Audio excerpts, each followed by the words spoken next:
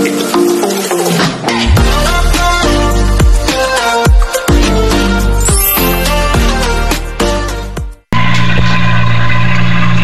po natin itong binili namin na na strawberry. So itong talagang strawberry na to guys is sobrang memorable para sa akin ngayong araw na to kasi first time ko makatikim nito. Strawberry, ayan, first time talaga. Mula nung maliit pa lang ako, hindi ko alam kung nakatikim na ba ako nito, basta wala akong natatandaan na nakatikim na ako nito. So this time pa po, first time ko. Ayan, so try natin. Dati naman talaga is hindi ko alam kung nakatikim na ako ng bata pa ako nito, pero feeling ko wala akong natatandaan. So meron nito sa Davao, sobrang dami niya. Yung mga maliliit lang na parang pang-ibon siya, pero ganito yung itsura niya, talagang parang siyang strawberry, pero ito talaga is malalaki. So kung tutuusin, kaya naman namin bumili, pero hindi talaga ako bumibili nito. First time talaga. Ayan, so sabi ko nga dun sa nagtinda, utangin, inutang ko lang kasi to. So sabi ko, pag umuta ako sa inyo tapos kakainin ko to, memorable day ko talaga yun, time na yan. Kasi syempre first time ko makatikim ngayon pang lasa niya. Buksan natin. Ayan, totoo po yan, si strawberry po yan.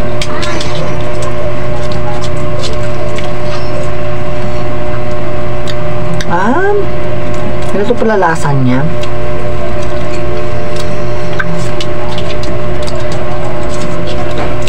Wala, hindi naman siya matamis na siya.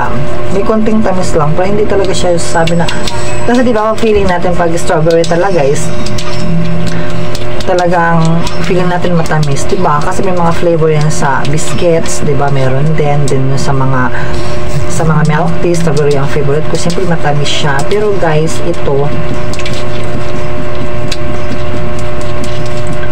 hindi mo siya malalasa na parang wala lang, hindi siya matamis para sa akin.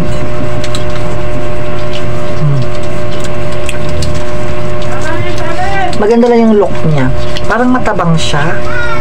Akala ko kasi yung sweet na katulad ng grapes na sobrang matamis, pero para sa akin ang lasa talaga ng grapes mas masarap pa yung kumpara dito.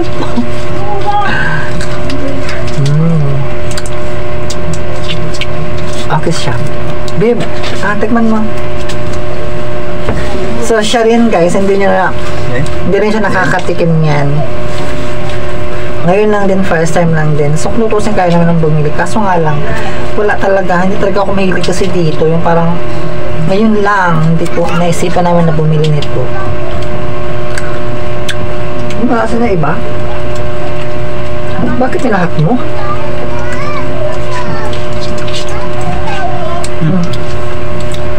Matabang siya, parang hindi siya katulad ng ano yan, pinahanap lang sa puno. Basta ang pagkakaalam mo kasi sobrang matamis eh. Parang wala sa lasa, no?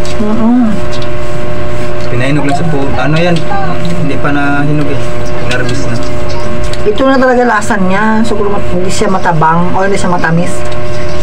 Matamis yung strawberry.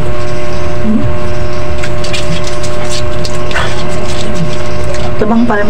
Hindi ka ba bawal ka nito, ano pwede?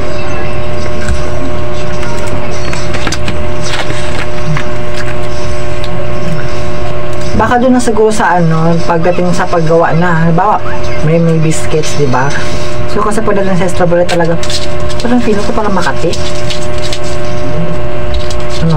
Pagdating sa biscuits, diba, pag strawberry ang flavor, matamis siya, tapos ganyan ang lasa. Pero ito guys, iba. Matabang siya, parang hindi siya matamis na matamis.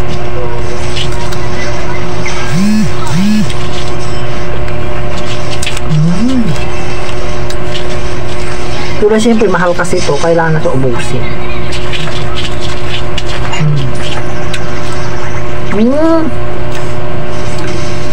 Matamis pala, may hinog bibo. Baka yung nakain ko, hindi lang talaga siya hinog. Hindi, patikin, yung hinog na. Ayan, matamis pala talaga siya. Kung sobrang hinog na, ayan, sa ibabaw, ito. Ito? Matamis? Oo, matamis pala yung pag sobrang hinog-hinog na. Hindi.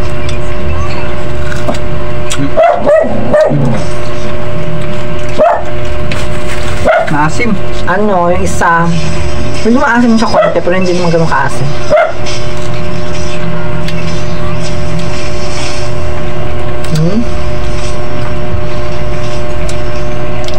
Ganun siya. Medyo matamis-tamis. Siguro pag sobrang hinog na, yun talaga malalasahan ng matamis.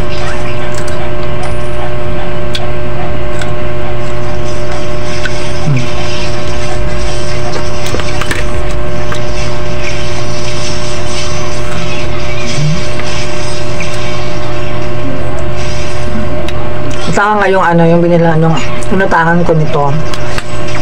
So ko kasi pa bumibili ako ng gulay, doon ako bumibili sa kanya. So, binili siyang paninda nito, nagpapautang kasi sa akin. Sabi ko, naubos na yung budget ko, diba? Naman malingkin na kasi ako. So, kung gusto mong pautangin mo ako, kasi kung nagpapautang ka sa akin ngayon, so, hindi ko makakalimutan yung araw na yun. Kasi, first time ko makatikim, first time talaga.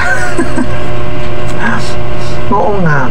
Kasi bihira lang kasi to, di ba madalang na natin nakikita. So, maliban na lang pag pumunta tayo sa mall, pumunta tayo sa mga talaga mga prutasan, meron siya. Then, pag ganito kasi expensive na siya, so hindi ko para sa akin, hindi tayo makakabili ng, alam mo na yun. So, na-tsempuhan ko kanina na nakaganito na siya. So, 100 pesos lang siya. Then, sabi ko, babayaran ko na lang mga next week, o itong week na to, pagdating sa Sabado. Ayan, pinautang naman niya sa akin. Nakakatuwa, guys.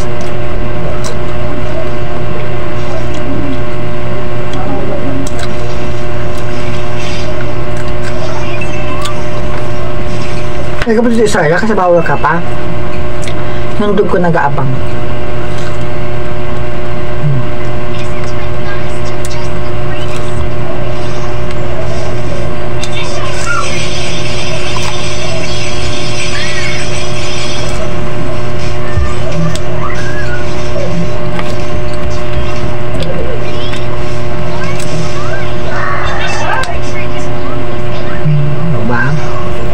Feeling ko mas masarap talaga ang ano, mas masarap pa yung, kumpara mo yung grapes, strawberry, mas gusto ko pa tong grapes.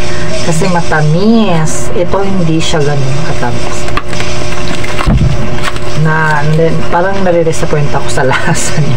Kasi pagdating kasi sa ano, pag strawberry ang pag-uusapan, syempre, think ko na agad na matamis siya, diba? Yung favorite ng karamihan, pag strawberry talaga, syempre ganun.